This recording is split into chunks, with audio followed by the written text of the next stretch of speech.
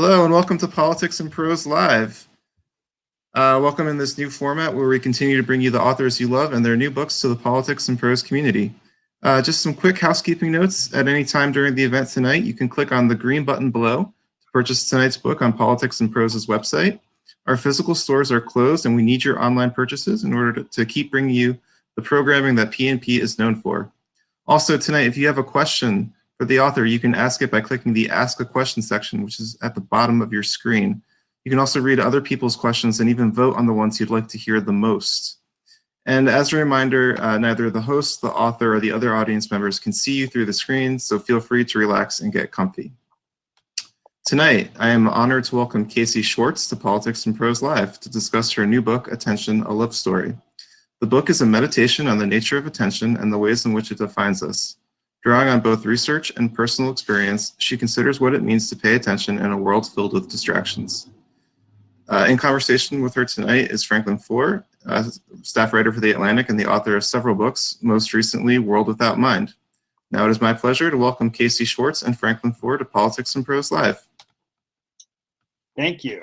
Thank you. And God bless Politics and Prose. It feels so good in this moment to be connected to what is my neighborhood bookstore and a place I cherish. So welcome to the virtual Politics and Prose, and welcome to virtual Washington.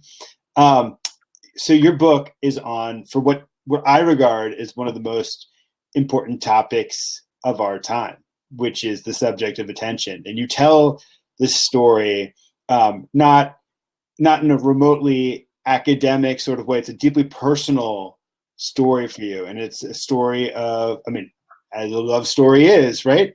And it's a quest. So why don't you just ground us, situate us at the very beginning of the quest? Kind of where were you, and what did you think you were looking for when you began? This book began, I was actually with my mother. It was 2015. We were in Colorado, and I had the thought, my God, we give our attention away so casually. Mm-hmm.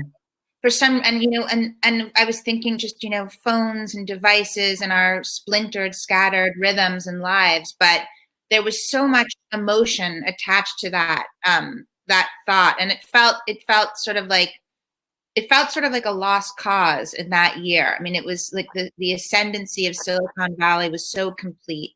It seemed like, okay, this is the new way. This is inevitable. But still, it felt so emotional and so urgent. I thought, this is really the only thing I can imagine writing about and trying to push back on. And that's how it began. So it really grew out of your sense that your own attention was being splintered, or your own ability to focus was under assault from your phone and like the kind of the devices and the notifications and the dings and pings and all these things that were kind of being thrown at you. Definitely, but it went so much farther than that, because I felt like the things that I loved and valued most were just imperiled. And I thought, where is publishing going to be in 10 years? Where are our beloved sort of old loves and old values that come from a kind of more sort of deliberate time than the one we live in now? How do they survive in this climate of sort of jumping from one stream of information to the next and never quite committing or going deep?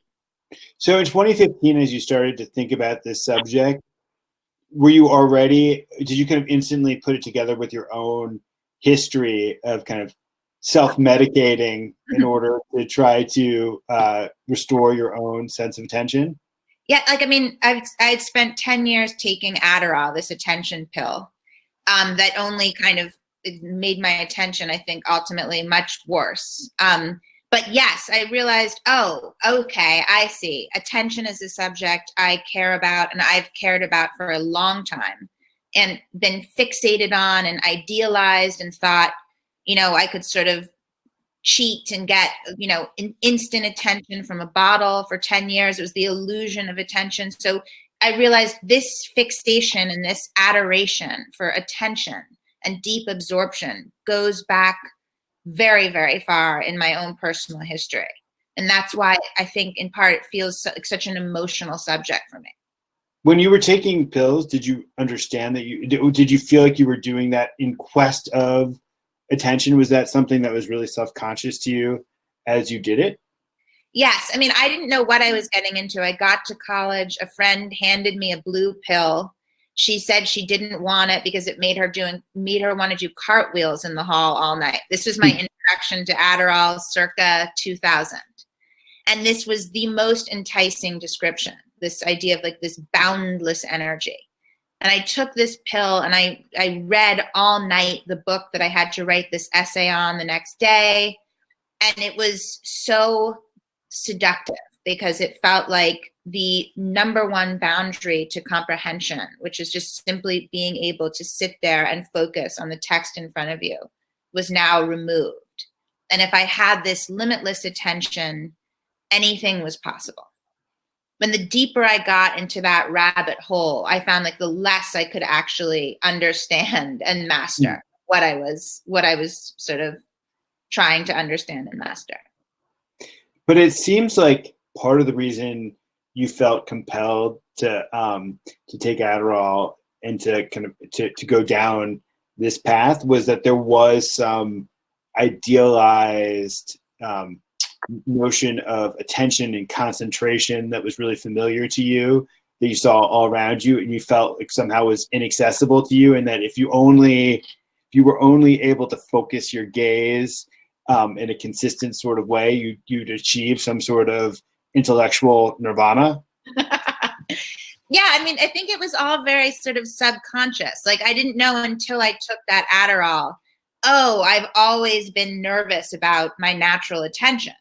You know, now I have this silver bullet and I'm armed and dangerous going forward now with it. But I never would have said consciously, oh, attention is really a weak spot for me. In fact, I probably would have said attention is not a weak spot for me. Mm-hmm. And then I got wrapped up in the Adderall for 10 years and sort of had to get to a point of saying, no, whatever my glitchy natural born attention is, that's good enough. So let's before we continue with your story, let's just ground ourselves and like do you have a definition of attention, or is there a way that you could describe what attentiveness looks like? Well, and it's actually, this is sort of one of the ironies in the book is that, you know, William James had this famous quote from the 19th century, like everyone knows what attention is. It's the taking possession of the mind in clear and vivid form. And he goes on. And then over 100 years later, oops, we've lost you, Frank. I'm here. Can you hear me? Yeah, I can. Okay, well, we're going to just like continually test the attention of the people who are watching this right now and force them to focus on you no matter how robotic or android I appear throughout this. This is the ultimate like pandemic book tour. Yes. But you know, over 100 years later, I mean, interviewing neuroscientists for this book, I always asked, oh, is there sort of this one uniform definition of attention, or is there an agreed upon consensus? And the answer was always no. And, you know, there's this interesting scientist named Britt Anderson who came up with this term, Jamesian confidence, about William James's overconfidence and saying everyone knows what attention is. Because even today, we're so bound up in all these definitions of attention span and attention deficit and, you know, sort of, is it visual? Is it spatial? It's sort of, there's so much sort of lay language around the concept of attention that there's kind of still this murkiness as far as definition goes. But so I understand why you would begin with neuroscientists, given that like you spent so long kind of wading through and coming to an understanding of neuroscience for your last book. But you also spend a lot of time, as you say, with like William James and David Foster Wallace and Simone Weil, and you're thinking about attention you're going to have you're struggling to pay attention right now. You've thought about attention in all of these in kind of in a humanistic sort of way as well as a scientific sort of way. Is there one discipline that you feel like should the study of attention kind of reside more squarely in one discipline than another? Is there something after your exploration, have you like approaching the scientific limits of our ability to understand attention? And just given that you tried to kind of subconsciously were trying to medicalize your own desire to achieve a greater sense of attention, is there a point at which we kind of should leave neuroscience behind and treat this as kind of a philosophical, artistic, humanistic question? I mean, that's the side of it that moved me. And yeah. That's why I wound up spending so much time in the book with writers like David Foster Wallace, Simone Weil, Aldous Huxley, and James. And it's because I really wanted to think about, I wasn't so interested in where in the brain, does attention happen? What brain circuits do this and what brain circuits do that? Because I think, we all are, everyone has such a personal relationship with this question of attention. And I really ultimately found that the most gratifying part of the research was with these phenomenal writers. David Foster Wallace, I think he saw attention by the end of his life as like the subject. And when you read his final novel, it was Unfinished, The Pale King. I mean, he brings up attention over 150 times in that book, the word itself. And of course, it's set in this IRS office, and he talks about attention as sort of the key function for surviving your life in a way, for making the best kind of life for yourself, is knowing what to pay attention to and what not to. I really believe by the end of his life, there was almost nothing more important to him than that subject. Right. Well, let's return to him again, because I share your fascination with The Pale King and with the commencement address that he gave at Kenyon College, which is like the greatest, it has a reputation as the greatest commencement speech of all time. And I actually think is, like, in its way, a great speech. But what is like, so when I'm distracted, so like when I get a notification on my phone, it buzzes, I pick up my phone and I look at whatever the New York Times is telling me to look at, or whatever Twitter is telling me to look at that given moment. I'm still paying attention to something else, right? Even in a state of distraction, right. It's just my attention has been refocused. So when we talk about attention, really it's about, or you talk about attention, it's really about sustained focus. I actually think about it more as deliberate focus. Like when, we all know when we're taking charge of our gaze versus when we're just floating in the stream of information and emotion coming at us from the internet. And it's such a different like feeling state. But I think, like a lot of, like some scientists who study it are still agnostic, saying, no, attention hasn't really shifted with the introduction of technology. Look, there's so much more attention. It's just on our phone and it's just from one website to the next. And in part, that's because sustained attention, the science behind it, isn't that well understood. So I think, for me, subjectively, I know that when I'm jumping from one thing to the next and I don't have agency and I don't have volition, that's such a different feeling than when I'm applying myself so purposefully and so deliberately to what I want to be doing. Right. And that David Foster Wallace does explain that brilliantly in the speech that I was just referring to, where he really does talk about among the things that distract us and kind of seize control of our gaze and attention is like, there's like a subconscious monologue in our own head filled with like all sorts of narratives about what we think is going on in the world. And so we're not even like, example he gives is like the woman in front of you in the checkout line at the supermarket is being mean to her kids or something. I think is the example he uses in his speech, and he has a narrative in his head about that. And there's like no curiosity, no desire to actually look hard at what he's actually seeing, and he's just going with preconceived notions. Is that related to kind of what you're? I mean, is that another strand of distraction? So I think that's what he's getting at there is, for me, one of the most profound aspects of the subject of attention, because what he then recommends is, no, wait, imagine her life. Like, look again.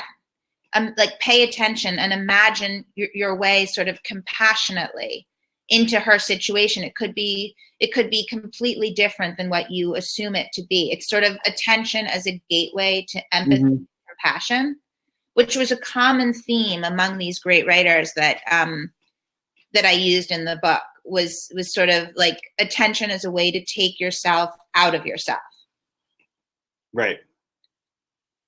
Attention is taking yourself out of yourself, and it's and having deliberate control is like the deliberate control of your gaze. That seems like that seems to get like really at the core of what you wrote about.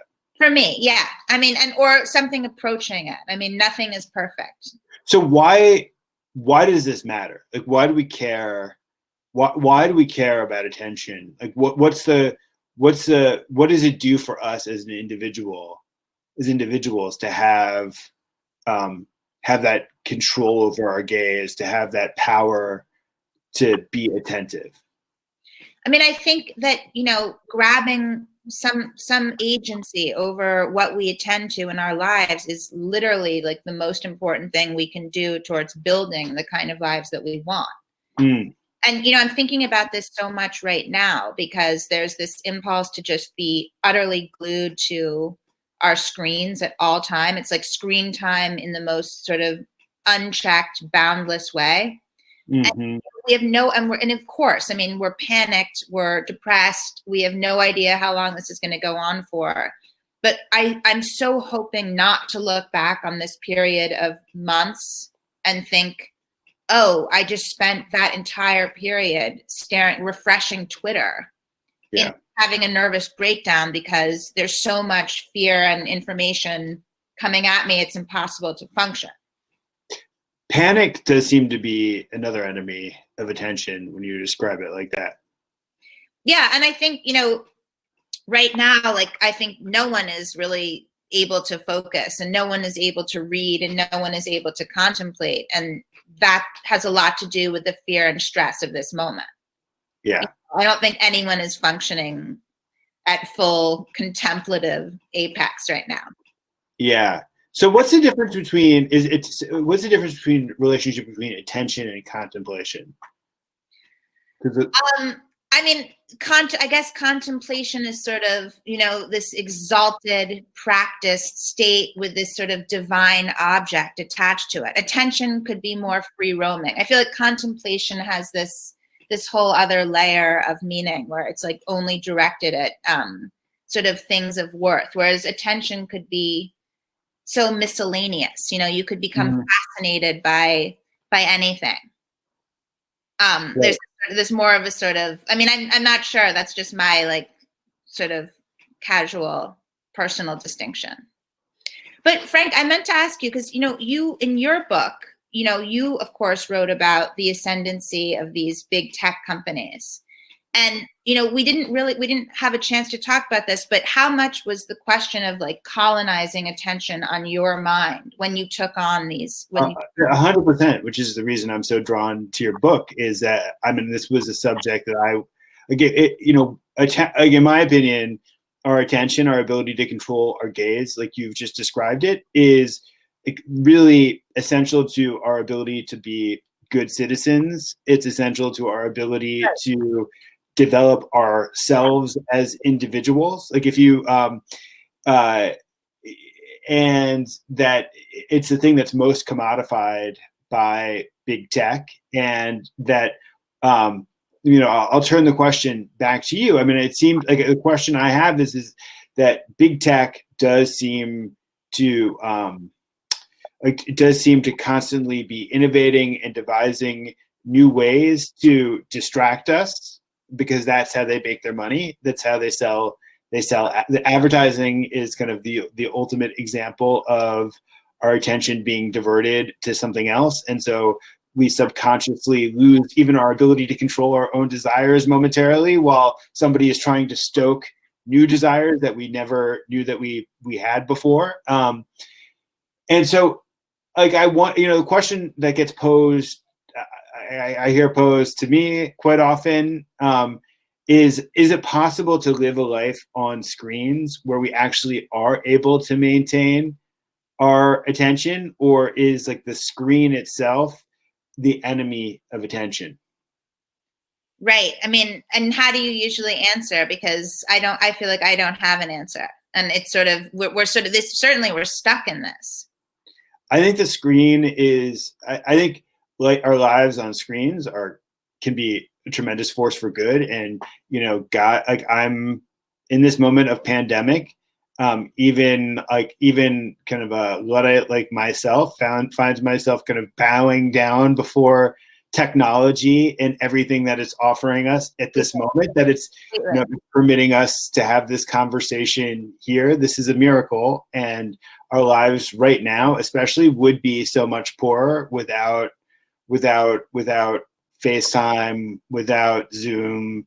And still, like, I think that even as hard as we are trying to pay kind of attention now, there's still kind of the looming threat of like a message appearing in the screen while we talk. Like, and there's just like, I have tabs that are open in my browser that I'm looking at. The whole architecture of this machine is like such that I'm like inevitably going to be distracted, because it's created for me to kind of, it's a portal to distraction. Right?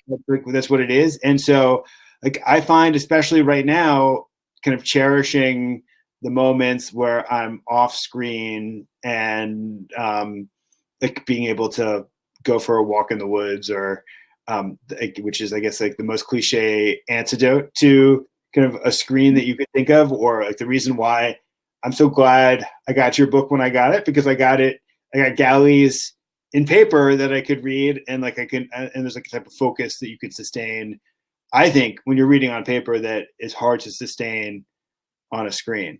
I totally find the same thing.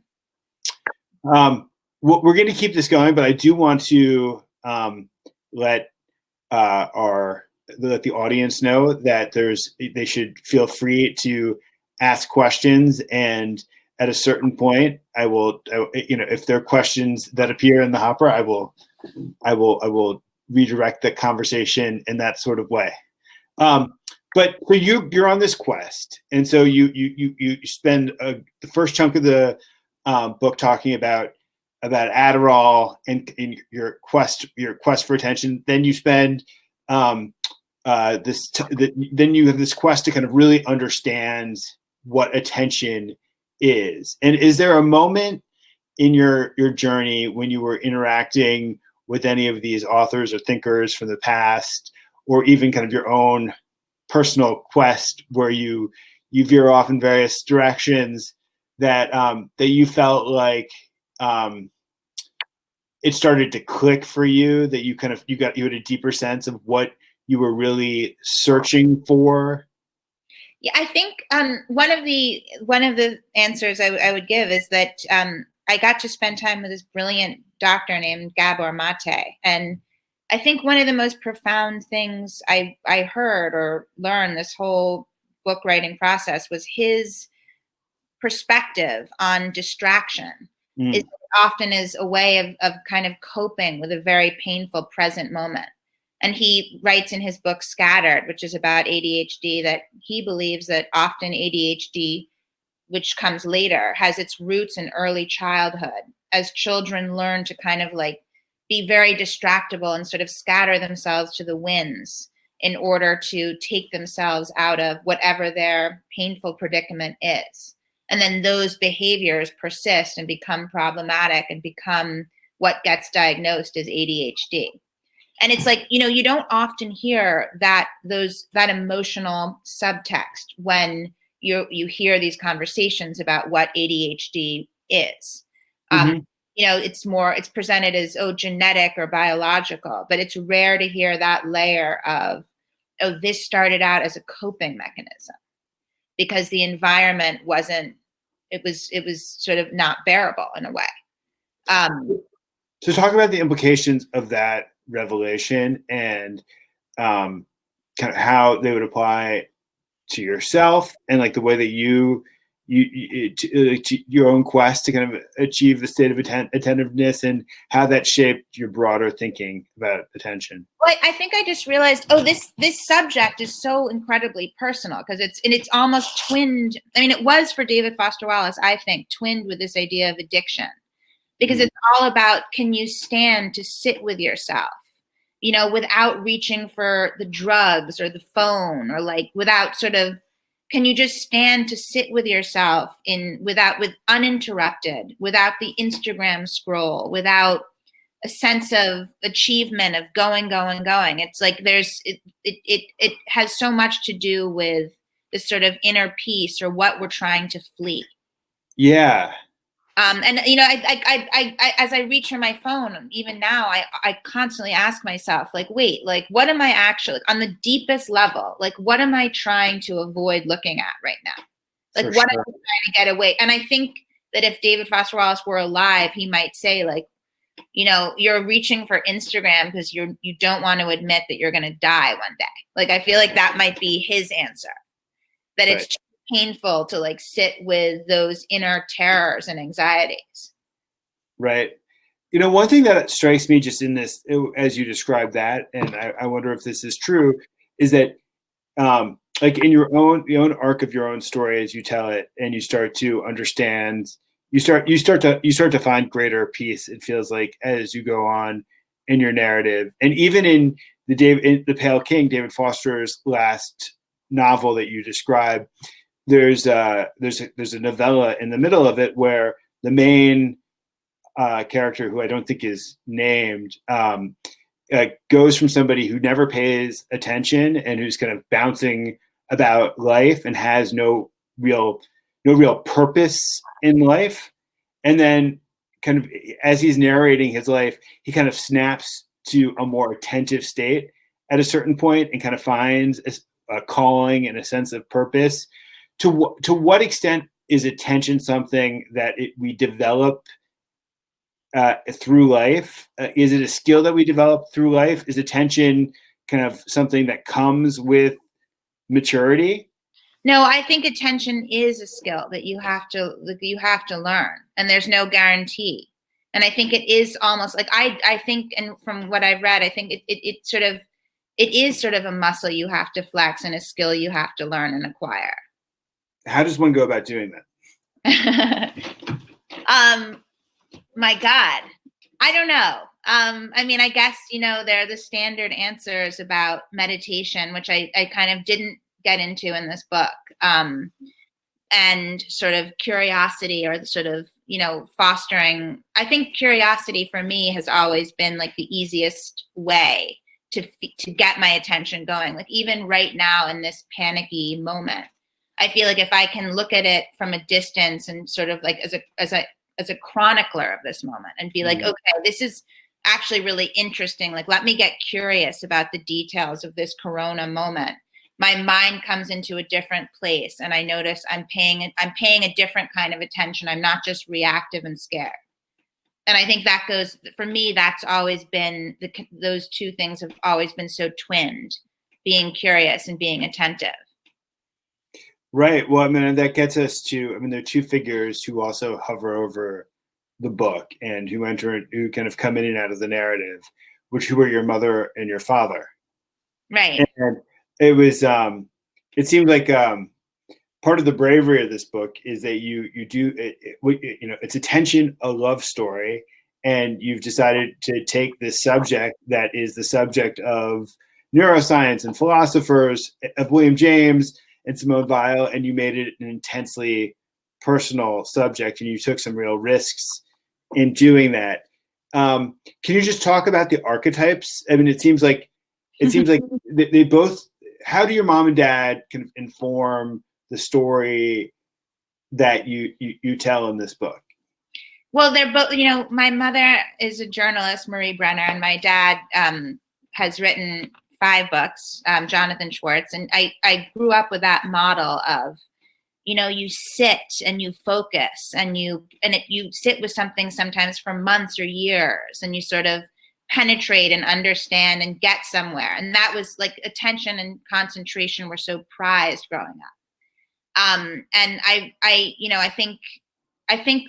think in some sense, I was in awe of especially my mother's ability, and felt also sort of inferior to it. I mean, this is the layered complexity of my relationship to it that I think fueled the Adderall and then fueled my interest in writing this book and trying to figure out, okay, how can I be at peace with my utterly fallible human-sized attention? In part comes from growing up thinking, oh, my parents are both endowed with this incredible concentration. So I knew I had to bring them in to some extent. And I think that maybe the bravery you're referring to is talking about the experience we went through with my dad, who kind of got caught up in the Me Too movement. And I described that in this book because I wanted to convey the texture of how something like this can spread online so quickly, what it feels like when you're watching it from this perspective of it being aimed at your own family member. The actual Twitter materials of it, the quickness and the speed, and also feeling like that our whole attention had been hijacked by it. And so, it was definitely, it felt like a question mark, was I up for including this material in this book? And ultimately I decided, yes, I was, even though it's a very complex topic. And it is the point then that if the attention of kind of the people who are the attention of the culture, the attention of his bosses at WNYC, if all these people had paid greater attention to the actual story, it wouldn't have ended up kind of with the same with the result that it ended up with. No, I don't take a position on that. I wasn't there and I can't really speak to that. It was more about the sort of instantaneousness with which it spread when he had just been suspended and we didn't know what was going on into the court of public opinion without fact. And I wanted to capture living through what this felt like to live through when it's all taking place online. And that was kind of the goal of this chapter. Right. Then your mother, it seems like, returns at the end of the book. And when you're talking about kind of describe kind of being in India with her and describe kind of the, what it's a parable that you kind of, you put at the end of the book, where it seems like your journey in some ways reaches a terminus where you do have a revelation about kind of what a perfect state of attentiveness looks like. And by the way, I'm sure she would say that she's, as scattered as anyone, but my wonderful mother and I were in India together in 2014, I think. And we wound up on this kind of crazy day in the middle of nowhere. She was reporting a piece about taking this train ride through the countryside. We wound up on this sort of tiger preserve, but we weren't sure there were any tigers, and we were sort of stranded in the middle of nowhere. And it was one of those mad experiences you sometimes have when you're traveling, where there's like no rhyme or reason and you're sort of stuck in a place for 10 hours. And I just thought, oh my God, what are we doing here? And I slinked off. And when I came back, my mother was sort of in deep reporter's mode, absolutely investigative journalist mode, interviewing the owner of this tiger preserve, like you would think she was like filing a piece. Like it was her notebooks were out, her tape recorder was on, and she had kind of gotten herself out of the pointlessness of the day with her incredible attention and curiosity for this particular guy and his tiger preserve that maybe had no tigers on it.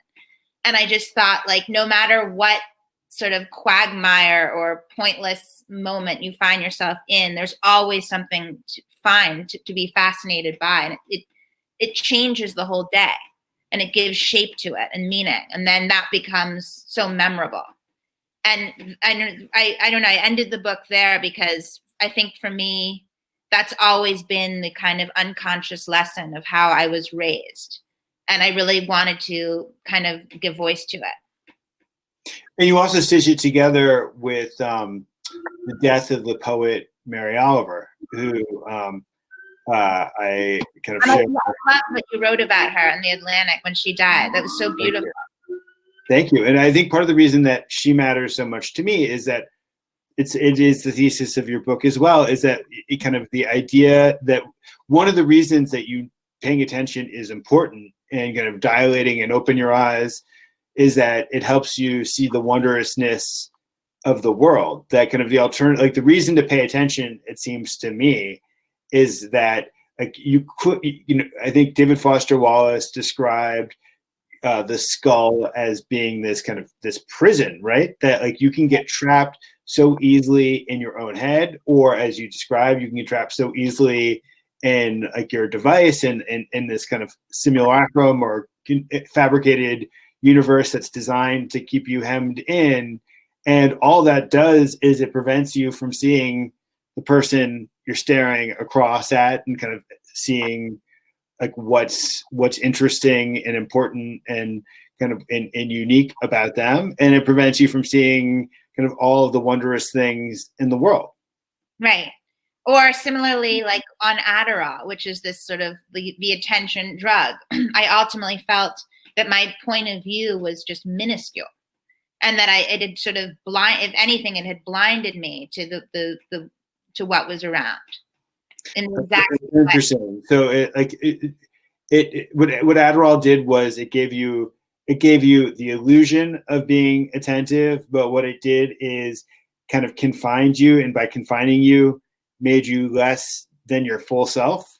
Definitely. And I think a lot of people might say the same after being on that drug. It sort of has this funny contradiction, at least from in my own experience and how I used it, of just making my world so narrow. So not to kind of take this in a more kind of self-helpy direction, but I do think what you described earlier, that attention is a skill. It's something, it's maybe even what they used to call in the old days a faculty, and like something that needed to be, that like needs to be cultivated. Even in the course of constructing this narrative in this book, how did you cultivate that faculty? How are you able to keep a state of attentiveness? Well, I mean, I guess the same could be asked of any writer, right? Well, but you were right, sure. But most of the time when I write, like I know I'm capable of attention. Like, right. Words would not get put on the page if I wasn't capable of being attentive. Yet I don't think of it in a self-conscious or reflective sort of way. And therefore, I don't know how it functions. I'm not ever examining the inner mechanics of it. So I would do a poor job of describing that to somebody else or lending advice about how to achieve that state. For this book, when I could have gone in a million more directions, and there are already probably too many directions I did go in, but I chose what to include based on what moved me about the subject, and that was my criteria. I'm just gonna. There's a question here, and it's apt. So I'm just going to throw it in. This is from Francine, and she asks, she says, this is a great conversation. I just wanted to ask Casey if she finds that she has mastered the control of her attention since she's so aware of it. You're both so aware of it, where most people are not. I mean, I think inherent in that question is like, do you need to, so many, attention is a subject that has gripped like so many writers, right? It's not just David Foster Wallace. It's not just William James. It's kind of, and so is a state of, is self-consciousness about attention, is that in and of itself a tool? I think so. I think that was what I most took from writing this book, is just to be awake to where I'm putting my attention, because no, I'm no Zen master. I'm still on Instagram, like still losing precious hours of my life, but I'm not unconscious about it. And I hope to build on that. Actually, like one of the things I was most adamant about while pregnant, because I just had a baby 3 months ago, was keeping my son away from screens for the first year or 2 or 3 of his life, so that he could fall in love with books as a child the same way that I did. And I feel like writing this book sort of tripled that sense of urgency about protecting him from that kind of exposure. How self-flagellating are you about distraction then? I feel bad about it. And when my husband and I are both looking at our phones, I always say, my mantra is like zombie couple. And I always say like zombie couple until we both or one of us kind of comes out of it. Because I'm hyper aware of that image and that state. So my takeaway is like, I actually feel like the self-conscious state that we're describing is all the more important now that you have kind of weaponized distraction that you're dealing with. Mm-hmm. And that unless I think we all live lives on screens. There's no avoiding that. Your phone is an incredible tool. And yet, like, if we're trying to preserve attention, it seems to me we actually have to be pretty rigid in how we tame that source of distraction. That if you permit it too deeply into your life and it becomes an unthinking habit, then there's no beating it back. You need to. I can't have the phone on my person at dinner, or I will find the temptation to reach for it way too overwhelming. Like, it really needs to be plugged in some distant place where I can't easily plunge for it. And it's amazing what a difference it makes when it is in the other room. Like, it totally will change how I'm reading a book to know my phone is, downstairs or just not accessible. It changes the actual quality of that reading instantly. Do you feel like, not to Kindle shame anybody or device shame anybody, but like, do you feel like paper is essential, or do you feel like it's not? I love it. Don't you, Frank? Oh no, I'm theological on the question. Yeah. It makes a huge difference. Yeah. There's a question from David who says, do you see connections among attention, motivational belief, and order in the universe? Wow, that's a huge question. Now for the metaphysical portion of the evening. No, I'm not, David, clarify. I'm not totally sure how to answer.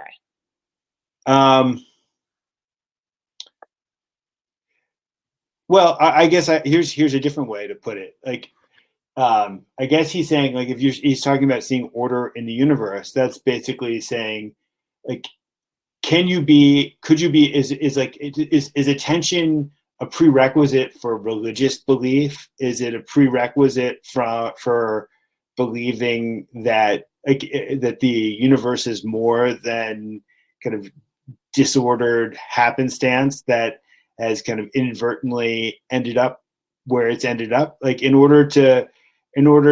guess he's saying like maybe even to be able to see the connections that kind of would be the basis for some spiritual sense of the world, maybe attention is a prerequisite.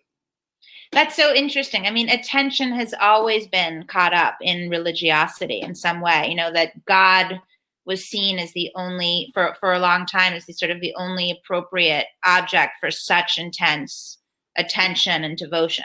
That was the natural object that deserved your higher attention. Mm. And actually, like all the writers that are sort of my attention touchstones in this book, all were fascinated with religion or flirted with it momentarily.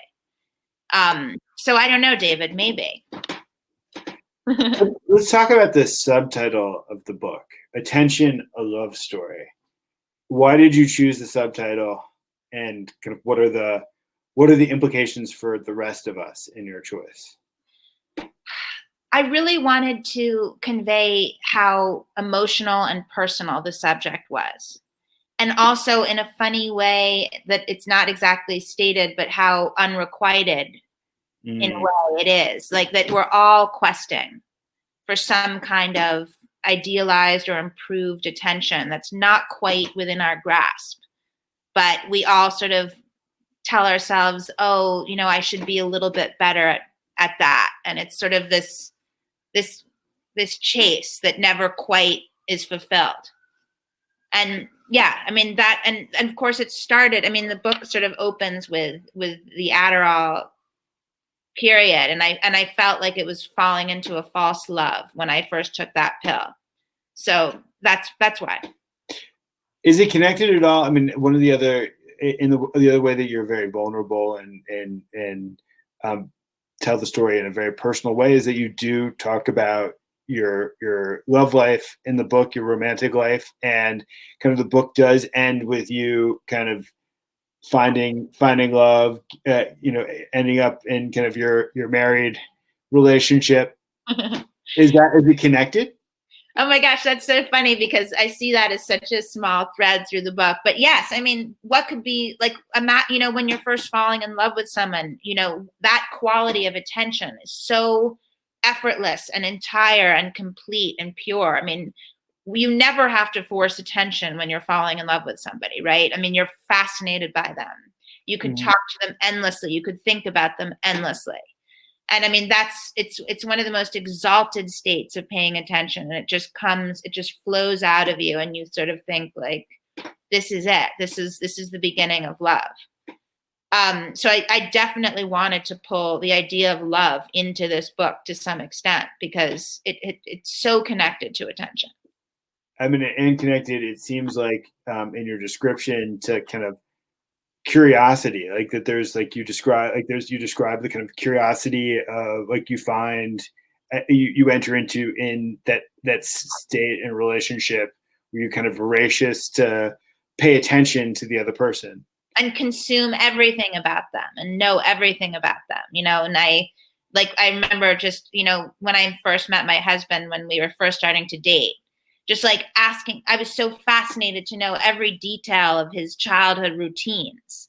And I recall that moment in the book because it was like I couldn't have even thought to pull out my phone in that moment. There could have been no diverting from that. It was like pure fascination. So the unrequited part goes to attention, a love story. Leads us into a question from Jim, who asks, is there such a thing as attention span? Is it possible that we have a huge capacity for attention, but it is limited?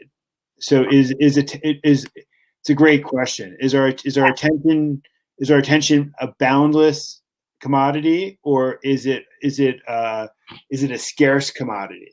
No, I think the consensus is it's actually pretty scarce. I mean, this is the problem, is that we have infinite information to consume, but very finite attention to consume with. You know, this is like the big conundrum. This is the one thing that we don't have in plenitude. And why is there a biological or evolutionary reason why it's a scarce commodity? No, I'm not sure I've ever seen a compelling answer about that. I'm not sure about that. But I think it's like it's very intuitive. I think we all know and understand that our like we get exhausted, right? Like paying attention actually is exhausting, right? Yeah. Like even when you get in, you can get into a state where you're focused for an extended period of time, but like at a certain point it ends. Like you know that it's going to end at a certain point, and your mind is just going to get worn down, and it's gonna crave some sort of distraction. And that's not even like necessarily the ideal state of attention. Maybe the ideal state of attention is something more relaxed, where you're like sort of inspired by something you happen to see out the window. You know, it's not necessarily this grindstone model. Did I just make a mistake then in conflating? I mean, I think that at the beginning of your search, you were conflating in your own head concentration and attention. Yeah, I think so. I think I had this like crazy notion of this like monk sitting in a tower, like, you know, never seeing the light of day, just sort of studying his dusty pages, and like nothing less would do. You know, and I think kind of by the end of the book, I make peace with the fact that I was probably never going to become that monk. What do you think of, so I find that I actually went back in the days when we could go to a coffee shop. You know, God willing, those days will return at some point. I found that it was actually easier for me to concentrate or to concentrate. This is different, right? But like